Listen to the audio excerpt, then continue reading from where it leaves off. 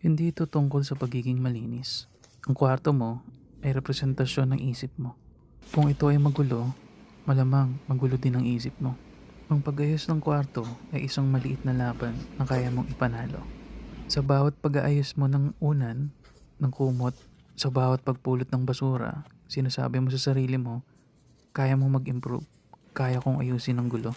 Nagkaroon ka ng momentum mula sa kwarto, susunod na ang iyong schedule, ang iyong finance, hanggang sa unti-unti, kaya mo nang harapin ang mas malaking problema sa labas. Lahat tayo gustong baguhin ang mundo. Pero ang totoo, ang tanging bagay na may 100% control tayo ay ang ating sariling aksyon sa ating sariling maliit na espasyo. Hindi mo mababago ang buong mundo ngayon, pero kaya mong ayusin ang kama mo. Magsimula tayo dun. Ang pag-aayos sa sarili nating gulo, ang unang hakbang sa pag-aayos ng gulo sa mundo.